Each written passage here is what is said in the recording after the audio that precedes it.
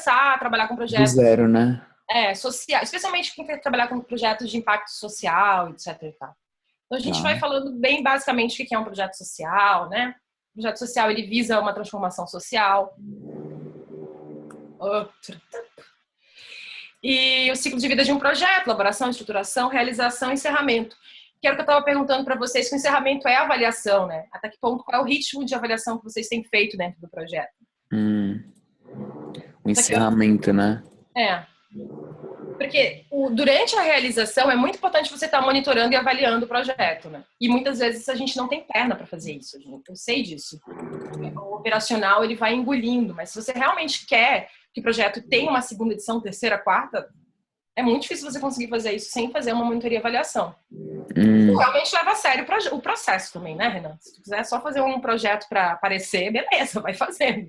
Agora, se tu realmente quer gerar uma transformação, não tem como fazer sem monitoria, né? E aí a gente usa as pessoas que participaram do As evento? pessoas que participaram. As pessoas que participaram, tá? Tá. Então, tipo, primeira coisa, vocês não fizeram, não é isso que vocês fizeram, eu imagino, para ela fazer o projeto, mas eu sempre digo que a melhor forma de se fazer um diagnóstico da problemática é justamente isso, partindo do problema para depois pensar na solução. Tá. Ao invés de você já pensar no que é o meu objetivo. Porque quando você faz isso, que é essa metodologia da árvore do problema, da árvore de desafio, árvore de objetivos, você consegue ter uma ideia melhor do que é que você quer fazer, tá? Tá. Então, você sempre parte. Qual é o teu desafio principal? Quais são as causas e razões desse desafio principal? E quais são os efeitos ou consequências desse desafio principal? Legal, legal. Eu quero, né, sei lá, fortalecer marcas autorais. Mas isso é o que tu queres fazer. Então, qual é o desafio? Por que tu queres fazer isso? Porque as marcas não têm espaço? Porque não tem apoio? Porque não tem financiamento? Porque aí você tem que realmente ver uma equipe. Esse é o tipo de processo que é muito difícil de fazer sozinho. Sim. Tem que ser um processo coletivo, tá? E aí, depois vai lendo aí. E aí, Tá. o que acontece? Depois que a gente faz esse diagnóstico do problema, a gente positiva tudo que a gente escreveu lá como negativo. Tá. Então, se eu escrevi no problema falta de acesso a políticas de financiamento, não, sei lá, falta de acesso a técnicas de gestão de marca, vamos supor. Então, quando eu vou para a árvore de objetivos, eu positivo isso. Gerar acesso a... Saquei. Beleza, legal. Parece bem idiota, mas eu te garanto que teu projeto vai ficar bem mais redondo se tu sair disso aí. Essa aula sua, quanto tempo dura quando você dá numa faculdade? Já dei na SPM, vira e mexe me convida. A última vez que eu dei foi na Unicinos. E quanto tempo? É uma aula de 4 horas? Não, normalmente são 2 turnos, porque é bem prático, né? Eu faço o pessoal fazer isso aqui. Então 2 turnos é o quê? 8 horas. 8 horas, legal. Então a gente vai ter uma palhinha aí de meia hora sobre tudo. Isso aí. Legal. Deixa eu dar um resumão aqui. Qualquer coisa, depois você vai me mandando as dúvidas também, né? Tá. E aí, tipo... Então é isso. Tudo que você fez negativo na árvore de desafios, você vai positivar aqui no objetivo. Isso faz com que quando tu vai realmente escrever o teu projeto, então pensar no que é o teu problema, né? Enquanto tu vais pensar no quais são as metas que tu queres, quais são os objetivos, quando tu vai realmente estruturar em projeto, que é isso, né? Tem qual é o objetivo geral, objetivo específico, meta. Tem que ir fazendo um desencadeamento lógico, né?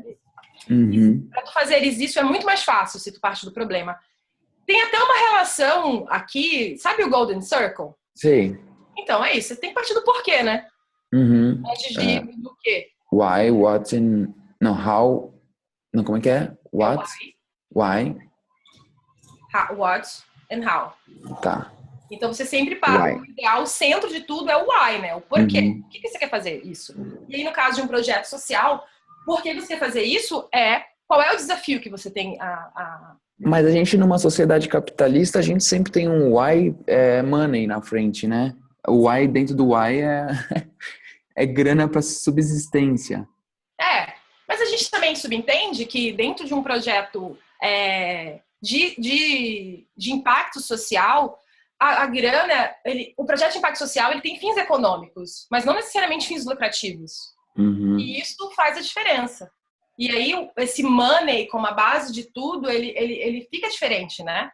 Porque não é um lucro que você está visando, você está visando a sobrevivência daquele organismo que vai dar continuidade àquele trabalho, né? Na teoria, o objetivo daquele organismo é fazer um impacto social, não gerar lucro para si mesmo. Né? Pelo menos na teoria deveria ser assim. Sim. Sabe que na prática, dentro dessa questão do empreendedorismo social e várias empresas que vêm surgindo nisso aí, elas estão com um discurso um pouco diferente disso, né? As pessoas precisam sobreviver, comer e aí resolver entrar nessa área e aí fica dividido, né? Mas mesmo assim, por exemplo, uma cooperativa, eu sempre fiz parte de cooperativa. A cooperativa não tem fins lucrativos. Não tem um sócio para você ficar remunerando o capital dele e fazendo render. Todos são sócios. Então, você não tem fins lucrativos, mas tem fins econômicos. Ou seja, o objetivo é gerar trabalho e renda para aquelas pessoas, gerar a sobrevivência delas, comer, pagar conta, etc. Certo. Mas não necessariamente comprar o Porsche, entendeu? É meio... E é isso que me incomoda um pouco em alguns desses empreendimentos de transformação social, de impacto social que tem surgido, é que eles não fazem... Não tem como se falar de uma mudança na economia colaborativa, transformação social, etc., se você não questionar pelo menos um pouquinho essa lógica do capital, do lucro, entendeu? Aí, para mim, é gentrificado. Tá. Gentrificação é você pegar o melhor de um movimento revolucionário, matar e se compartilha do mercado com ele, né? Isso é gentrificar alguma coisa. Saquei. Então. Eu só ouvia de gentrificação nesse mundo de imobiliário. Sim, de arquitetura, mas Ixi, até o movimento hacker está sendo gentrificado hoje em dia. Tem outros artigos sobre isso, né? Vou pesquisar. Então tá. Então, quando você dá uma lida agora nesses que tu reapareceu para ti aí. Posso postar no YouTube depois dessa apresentação, breve? Claro, pode sim, não tem problema. Por favor, conhecimento deve ser compartilhado sempre. Tá. Tá. E aí você vai positivar a tua árvore de desafios, dá uma lida depois nisso aqui. Se tiver alguma dúvida, me manda. Tá, mais detalhado. É, mais detalhado. Aqui eu dou várias dicas. Verifica se tem coerência, né? Converte os meios, blá, blá, blá. Que é muita coisa mesmo, viu? Tá. E aqui é uma estrutura básica de um projeto, né? Objetivo geral, objetivos específicos, resultado, atividades. Ó, vou dar um... Ainda aparece para você? Tá. Então, por que o projeto será executado? É o objetivo geral, né? Para quê? É o objetivo específico. O que ele quer alcançar é o resultado. Como o projeto vai fazer isso? São as atividades ou metodologia, né?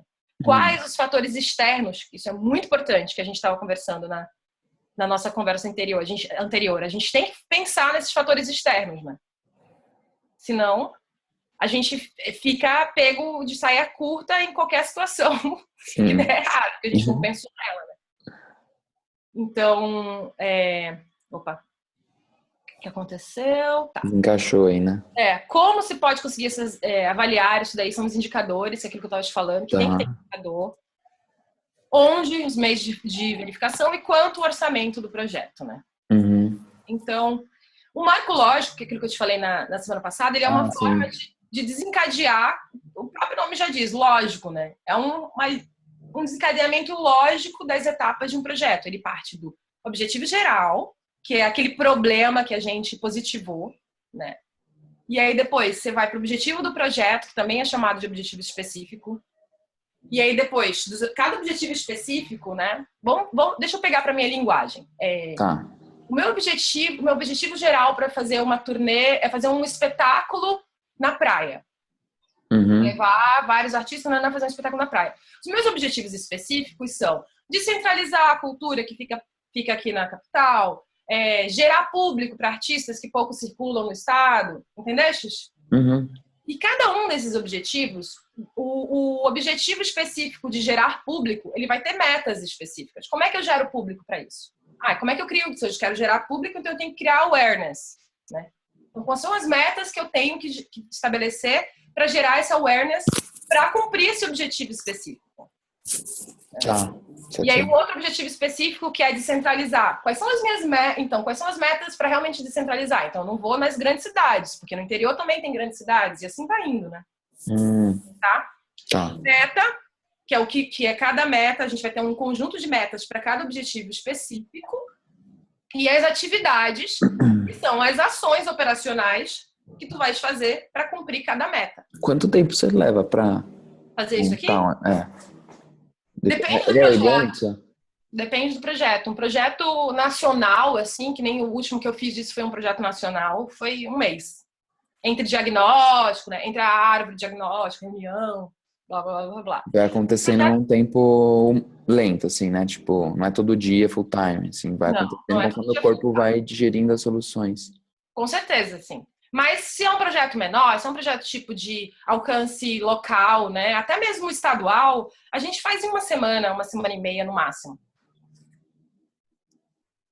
Mas olha só, tá? Isso assim, cá entre nós, tá, Renan? Já fiz projeto em um dia, né? Tudo isso aqui. Sim, imagino. Necessidade. Tem um quadrinho que eu adoro, que é falando, o cara vai dizendo que escreveu 365 dias em um dia, não, 365 páginas em um dia, porque ele estava sob o efeito de falta de dinheiro. E é a minha vida, né? Já fiz projeto em um dia também. Mas o ideal é ter um tempo, né, cara? Sim, sim. Mas é o que acontece na emergência, né? Uhum. Sim. Então, se tu vê, cada um desses itens, ele tem os seus indicadores, quer dizer, as atividades vão ser os indicadores operacionais. Lembra que eu tô te falando? Eu vou ver. Se eu disse que eu ia fazer 30 oficinas de capacitação de gestão X, eu tenho que ver se eu fiz as 30 oficinas. Sim. Normalmente, os projetos, eles param nesse tipo de análise aqui.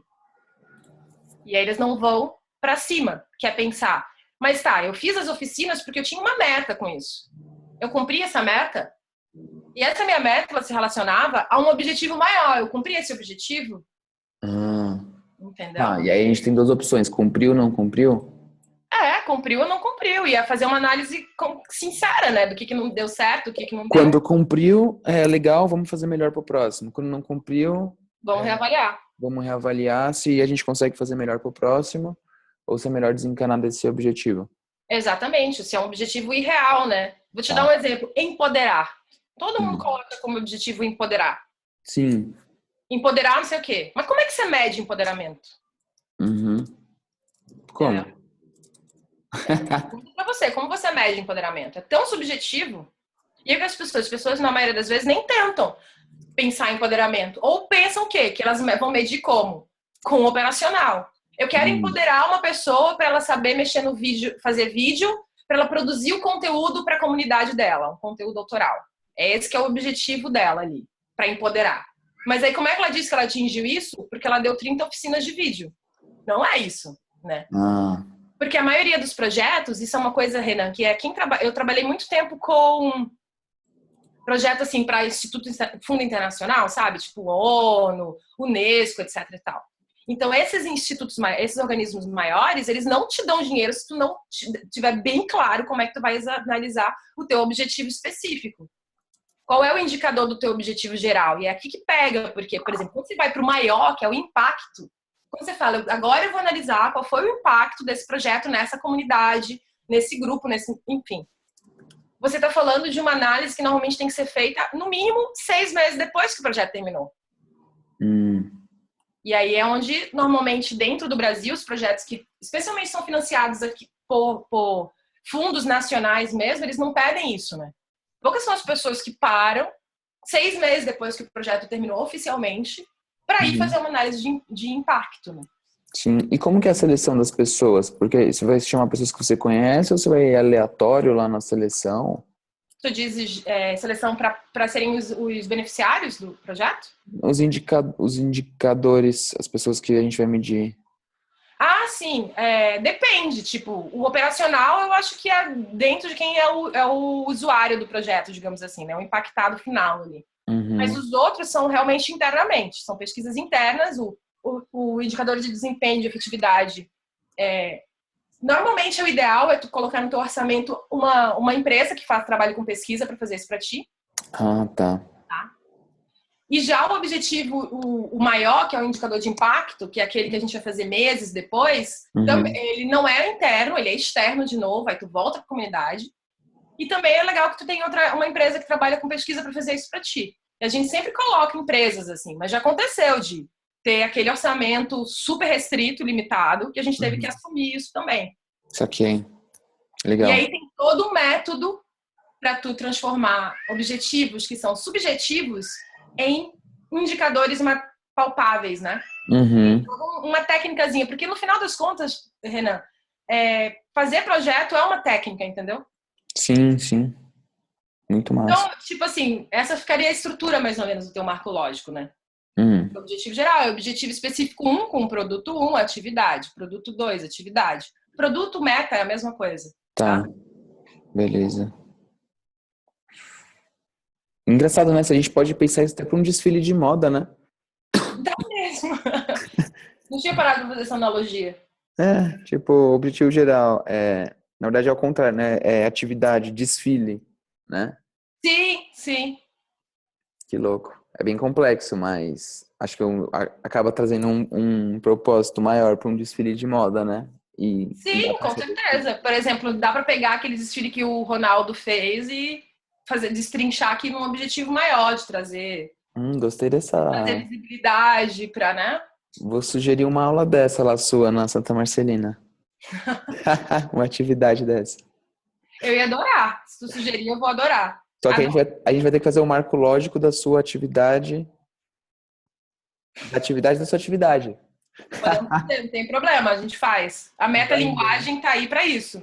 Ótimo, legal. E aí tá, aqui na aula tem que falar um pouco de indicador, né? Porque as pessoas, elas, como eu estava te falando, a gente sempre pensa em indicador como indicador operacional. Mas vamos pulando assim só pra...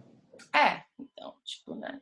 Não, ser sucinto, assim, tipo, entender o geralzão do seu objetivo. Aqui eu dou um exemplo, depois dá uma olhadinha com carinho nesse quadro, que eu te dou um exemplo assim, de como tu pode tentar transformar um indicador subjetivo, que é participação comunitária, quer dizer, um conceito subjetivo, em indicadores práticos, porque indicador é isso, tem que medir, né? Só que aí você encontra as variáveis desse conceito. Isso. E aí você começa a destrinchar em dados de número. Por exemplo, a participação comunitária. De que forma pode se dar uma participação comunitária? Representação tá nos conselhos municipais, afinal de contas, são instâncias de participação comunitária, né? Existem associações de moradores? Não existem. Que legal. Então, isso é de algum projeto que você já fez? Sim. Tu quer que eu te mande um resumo? Não. É só pra saber, tipo, se... Isso aqui é de um projeto que eu fiz. Esse aqui é um exemplo bem de um projeto que a gente fez e os indicadores eram esses, né? Massa. E aí, só que aí que a gente fez? A gente chamou uma empresa para fazer essa pesquisa. Porque acho que a gente até fica melhor, né? Porque, inevitavelmente, quando o filho é teu, tu queres queres colocar uma maquiagem bonita no teu filho, né? Uma roupinha melhor. Com certeza. Ainda mais quando é prestação de contas de tipo, sei lá, fundos públicos, da Petrobras. E aí você quer garantir a próxima edição também, né? Exatamente, assim, com certeza. Cara, Renan, uns 7 anos atrás, eu tive uma briga, assim, mas uma briga de sofrer consequências uns meses depois, assim, porque eu fui meio, né, tipo, incisiva com aquelas pessoas que mandam em tudo e ficam com raiva de ti, porque a gente fez um relatório real e a Petrobras chamou a gente para mexer no relatório, tá ligado? Uau! E aí, tipo, mas como? A gente tem que falar a realidade, senão como é que vai melhorar depois? Mas se fosse relatório, não vai ter segunda edição. E aí, 7 anos atrás, eu tinha o quê? Uns 26, 27, então ainda era muito mais utópica, né? Tava na energia. Não, isso não é ético, eu não vou mudar. Hoje em dia eu já sei como manter uma realidade, mas já sei mais política. Mas e aí no fim não pegou a segunda edição, você botou a parada... Não peguei a segunda edição, perdemos a segunda edição. Mas pelo menos você compartilhou a informação real. Quer dizer, que a equipe, né, passou a me odiar também, né? Ficou uma coisa meio... Mas é isso, né? Você não estava garantindo a sua subsistência, você estava garantindo o sistema do jeito que você acredita. Exato. Que é isso que é como eu sempre falo, projeto, qual é a definição de um projeto? É algo que tem começo, meio e fim. Uhum. Se tu és uma organização que trabalha com projeto social e tu não tem dentro do teu plano maior, o dia que tu vai parar de existir, tem algo muito errado na tua organização. Essa é a minha filosofia. Muito boa. Essa filosofia é, tipo, tem que tomar uma nota dela. E não é o que a gente tem por aí, né? Poxa, a gente vê a farra das ONGs, etc e tal. Tem um filme muito massa que aborda isso de uma forma assim, dedo no olho. Que chama Quanto Vale ou É por Quilo. Você já viu esse filme? Não. Eu vou te dar o link dele. Você tem que, sei lá, dentro desses papos que a gente tá tendo, né? Se tiver um tempo, se tiver interesse de ver, é um filme brasileiro muito bom. Ele mistura documentário com ficção. Só essa questão dessa linguagem dele já vale a pena, mas o conteúdo é muito massa. Como chama de novo? Quanto Vale ou É por Quilo. Ele tem na íntegra na internet. É brasileiro? É brasileiro. Que foda. Sim. Te mandei ali já. Tá, valeu. Esse é um filme que eu uso nessa aula que eu tô te mostrando. Eu sempre tenho um momento que eu mostro esse filme. Mesmo que a pessoa vai sair dali para sua ONG, que vai funcionar infinitamente, que sobrevive há 70 anos da comunidade, essa provocação foi feita, né? Eu tava falando com uma amiga minha, a Karen Feller, e ela nasceu em Israel. Ela falou um nome de uma parada que tem lá, tipo, desde sempre. Kibbutz? Kibbutz. Sim. Fiquei de cara. Sim, são as comunidades comunistas, né? Ah. São os comunas, aliás, as comunas, né? Saquei. Vai, todo mundo. São comunidades autogestionárias, né? Então. E ela falou que já funciona há décadas, né? Sim. Mas eu acho que no caso dos kibbutz, especificamente, é mais uma... Eu acho até interessante porque é uma experimentação de uma vida em comunitária, uma vida em coletiva, etc e tal. Mas eu concordo, sim, que acho que já tá na hora de... Porque qualquer coisa, depois de tanto tempo assim, começa a se desvirtuar, cara. Não é possível. É ser humano, né, cara? É ser humano. Qualquer coisa, depois de tanto tempo assim, vai começar a ter disputa de poder, os grupinhos, que é o que tem, né? Que é o que eu escuto dos meus amigos que já fizeram e tal. Que não é tudo não são tudo flores, né? Isso é difícil. Bom, e aí, mas eu acho assim, particularmente, eu acho que os kibbutz são as coisas que... Uma das poucas coisas que ainda me fazem respeitar o Estado israelense, né? Particularmente. Olha aí. É uma iniciativa, muito embora seja uma iniciativa da sociedade civil e não do Estado, né? Até pensando bem, eu não respeito não, o Estado. Eles estão fazendo com a Palestina, não... Tá Mas bem. enfim,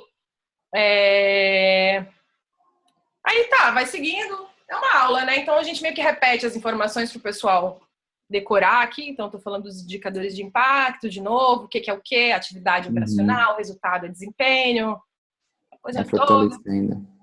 Aí aqui também exemplos, né, de como é que você pode transformar um indicador operacional de uma atividade, um indicador de desempenho de uma meta. São todos exemplos também de projetos que eu já participei. Legal. E tá. Cara, é isso. Aí depois a gente vai mais para detalhes do projeto, que é como montar um cronograma, o que é o sistema de monitoramento e avaliação, por que você tem que estar, assim, monitorando o teu projeto o tempo todo, o que você tem que estar avaliando. Ok. Porque, como fazer? Então, olha, aquela avaliação de impacto que eu estava te dizendo, que é de 6 a 12 meses, depois que o projeto termina. Isso tipo já tá meio que internalizado em você, assim, né? Você já tem isso como uma coisa natural em você. Não é uma coisa que você se força a fazer. Não, né? Não mais, né? Seria tipo já uma coordenação de projeto mesmo, né? Sim. A gente, durante muito tempo, eu trabalho com isso, né? Eu sou formada em gestão de projetos pela Fundação Getúlio Vargas. E fui fazer esse curso porque eu já trabalhava com isso e eu queria ver o que eu poderia me apropriar daquilo ali. E o PMI não é bem, né? Porque o PMI é muito corporativo mesmo, né? Projetos de, sei lá, empresas de TI, empresas de arquitetura. Mas aí, nesse curso da Getúlio Vargas, eu descobri o PMD, que é o Project Management Institute, digamos, só que para projetos de desenvolvimento. Certo. E aí foi quando eu fui pegando essas técnicas mais mais internacionais, assim, né? Legal. E aí depois também a gente vai misturando tudo e virando uma coisa nossa, né? Isso aqui, no final das contas, é muito pessoal, isso aqui que eu tô te mostrando, entendeu? É uma mistura de várias técnicas, assim. Porque, por exemplo, isso que eu tô te mostrando, Renan, é de projeto que tem esse caráter de impacto social, etc. Eu também dou aula de projeto cultural, que aí é outro jeito de construir, outro jeito de pensar, etc. Mas também totalmente baseado no Golden Circle, né? Você sempre pensar o porquê, o propósito, a necessidade, né? A carência, o que é que você tá... Por que você tá querendo fazer aquilo ali? Aí, a partir daí, você ir construir o que você vai fazer, como você vai fazer. Saquei. Sacou?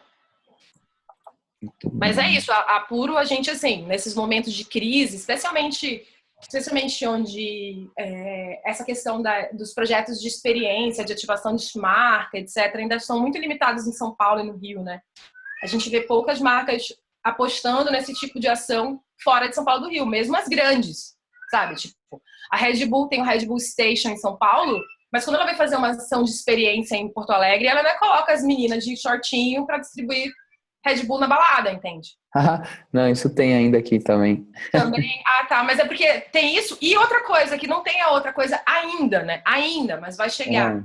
Então, por conta disso, parte da sobrevivência do movimento é fazendo projeto, sob medida. Mas aí depende do que a pessoa precisa e depende também da minha disponibilidade, né? Eu prefiro, quando eu faço esse tipo de coisa, fazer a coordenação junto. Fazer toda a questão de uma assessoria, de uma mentoria, aliás, criativa, de como é que vai ser, como é que a gente pode construir, quais são realmente as necessidades, te ajuda a fazer o diagnóstico, etc. Escreva o projeto. E aí, dependendo do tipo de projeto, eu posso ou te dar o projeto e tu vai gerir ele, etc. Ou eu vou fazer a gestão dele pra ti. Tá. É isso. É como a gente tem sobrevivido ultimamente. E aí, o orçamento, como que você encaixa? Você tem um FII que você coloca? Primeiro, antes de fazer o orçamento, eu sempre faço o cronograma. Tá. Antes de fazer o orçamento, eu faço o cronograma, a metodologia, o que a gente vai fazer, vai detalhando, né? Mês 1. No mês 1, eu vou fazer Y, Y, Z. Eu vou juntar a equipe, e só depois eu vou pro orçamento. Tá. Porque senão corre o risco de você esquecer coisas, né? Sim. Mas o orçamento que eu tô dizendo não é nem o orçamento geral do evento, é mais o orçamento tipo seu como produtora, sabe? Tipo, quanto que a equipe de produção fica como é que vocês monetizam isso? Horas de trabalho, complexidade do trabalho, nesse tipo de coisa. Porque a gente já tem uma certa experiência para saber, isso daqui vai demorar X tempo para fazer. Isso aqui vai precisar de dedicação de 20 horas semanais, 40 horas semanais. E aí a gente vai montando as remunerações, né? Os cachês de acordo com isso, né? Quais são especialmente qual é a quantidade de horas semanais que aquela função vai precisar para esse projeto. Tá. E a gente também especifica isso, né? Função tal, 20 horas semanais. Função Y, 40 horas semanais. E assim vai indo. Não, mas é porque normalmente a gente sempre, tipo, assim, nosso preço, ele é volátil, né? Se o projeto tem budget, nosso preço é alto. Se o projeto não tem budget, nosso preço é baixo. Você concorda? Claro! Mas é que aqui a gente está partindo da ideia que a gente está montando um projeto. E quando a gente está montando um projeto, a gente sempre parte do ideal. Eu, pelo menos, tento fazer isso, sabe, Renan? Sim. Eu sempre monto o projeto ideal. E a partir daí, a gente vai atrás da captação de recursos dele, do patrocínio, né? Dos possíveis fundos, dependendo do tipo de projeto, tem vários fundos internacionais que dão apoio. Ou tem também, tu pode ir direto na própria iniciativa privada. E aí, de acordo com o que tu vai conseguindo, tu vai readequando, né? Aí vai ajustando o budget de cada um. Isso. Normalmente, assim, no nosso caso, a gente teve um projeto que a gente mandou o budget ideal e para uma lei de incentivo aqui do estado para captar. Tá. E a lei de incentivo devolveu o projeto aprovado, só que 30% do orçamento reduzido. Caraca. Ele disse, ó, eu aprovo, mas em vez de te dar X, para te autorizar X para captar com imposto, eu vou te autorizar menos 30%. Uau, e aí? E aí a gente primeiro avalia para ver se é possível. Claro, a experiência nos faz sempre colocar uma certa gordura, né? Nesse tipo quando a gente começa esse tipo de negociação, a gente sempre coloca alguma gordura. Ah, entendi. Porque a gente sabe que sempre eles vão cortar algo, enfim. E aí, mas foi um corte bem alto, não foi um corte pequeno. E aí a gente chegou para analisar e viu que dava, assim. Desde que toda a equipe aceitasse diminuir seu cachê. E aí foi o que a gente fez. Tirando a gordura do nosso orçamento, a gente ainda tinha uns 12% para tirar do projeto. E aí a gente combinou com todo mundo e aí fez um cálculo, 12% a menos de todas as remunerações. Caraca. Todo mundo, do coordenador geral ao oficineiro. E foi isso, assim. Mas aí, isso também dá um respaldo para um processo como esse, entendeu? Eu não estou diminuindo da graxa só, que é normalmente o que as pessoas fazem, né? Os egos, são muito importantes para diminuir o meu. Mas eu vou diminuir o do oficineiro, vou diminuir aqui o orçamento do fulano, que né, ele não é tão importante quanto eu. Mas eu acho que quando tu fazes algo que tu realmente abre o código e tu mostra, eu tô diminuindo o meu, o teu, de todo mundo, tá sendo algo proporcionalmente distribuído nesse orçamento, é muito difícil as pessoas não virem junto. E aí, se não vier junto, que bom, viu? Porque não ia pegar o projeto mesmo junto contigo. Já arranja outra pessoa. Saquei. O que mais tem aí? Então... orçamento, né? Como é que se faz e tal. Mas tu sabe fazer um orçamento, não precisa te explicar. Ok. Tá, memória de cálculo. Eu não uso isso aqui, tá? O que seria memória de cálculo? Só pra eu ir. É tipo, só pra gente lembrar especialmente... o passado, quanto foi no anterior, pra comparar. Exatamente. Legal. Especialmente quando a gente tem várias edições, etc. É legal pra gente ter uma noção, né? Tá, beleza. Eu dificilmente uso isso aqui, assim, tipo, monto um negócio chamado memória de cálculo. Não, eu tenho a planilha do ano 1, do ano 2, depois eu cruzo, entendeu? Tá. Mas como é algo, assim, que algumas organizações, especialmente algumas ONGs usam, eu ensino pro pessoal. Tá, isso aqui é um exemplo de planilha. As perguntas básicas, né? E, essencialmente, seria isso, assim, essa parte para montar um projeto, né? Aí, claro, a dica maior terminou, acha o teu amigo mais chato. O mais chato, aquele amigo, assim, que reclama de tudo, que vê problema em tudo. Aí tu mostra o projeto para ele.